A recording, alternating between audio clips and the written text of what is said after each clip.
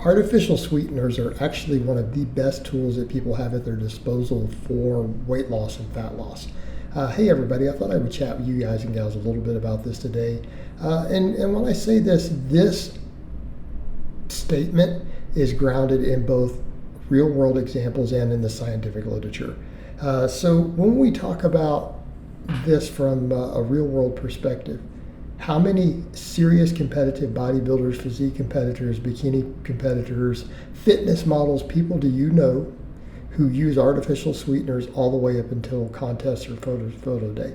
It's extremely common. And a lot of coaches advise this because it works. It helps blunt appetite. It can help with people's sweet tooth and their cravings without adding any calories at all to the mix. So by adding no calories to it, it can actually help people eat less. And this has been very, very well noted, particularly for people who are trying to get extremely lean, right? Because the leaner you get, what happens? Things start malfunctioning, leptin and ghrelin, things in your brain go haywire. You start to run into serious appetite issues and craving issues, way beyond what you might normally experience as you continue to diet and get lean. A ton of bodybuilders have great success doing this. And again, physique competitors of all type. Again, people who get extremely lean. And people who say, well, I feel like it causes some water weight and bloating, then why do these people not have it? Plenty of these people do these things right up all the way until they need to be at the event where they're absolutely shredded and not bloated. So that doesn't really seem to be the case.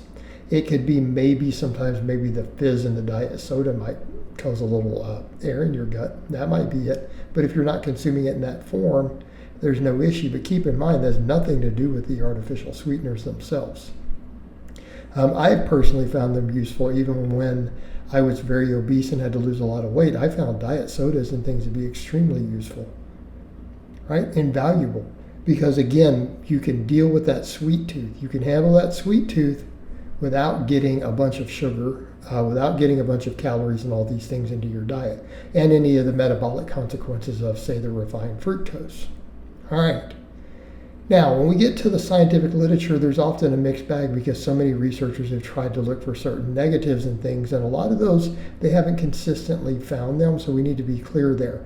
But when it's been looked at from a weight loss perspective and a diet adherence perspective, studies have been very favorable. Even meta-analysis have been very favorable, showing that yes, these things can be helpful in blunting appetite. They can be helpful in reducing cravings. Because again, if someone's craving sweets, they're craving a bunch of junk food, and they go chug a bunch of calorie-free liquid that they've added a sweetener to, such as different ones I use, or diet sodas, or anything heavy in artificial sweeteners, it will settle that craving. Okay? And if it's something like that, then they're also going to feel full with it. But again, it will give you that dopamine you get from the taste buds, right? That extreme sweet taste hitting the taste buds will absolutely produce this effect. And as far as other things that people discuss, they'll say things, well, there's been some data maybe showing a possible insulin response. If there is, it's due to the brain sensing a sweet and then preactively doing it, but then it lowers it and according, an amount also. So that's not an issue. Furthermore, insulin itself in small bumps like that has no impact on fat loss. Like that is a complete myth. It's a complete misnomer. Again, the insulin obesity hypothesis has been so largely debunked that it would be a joke to even mention it at this point. Again, considering how many people are extremely lean, and even whole demographics are extremely lean on very high glycemic index, high carbohydrate diets.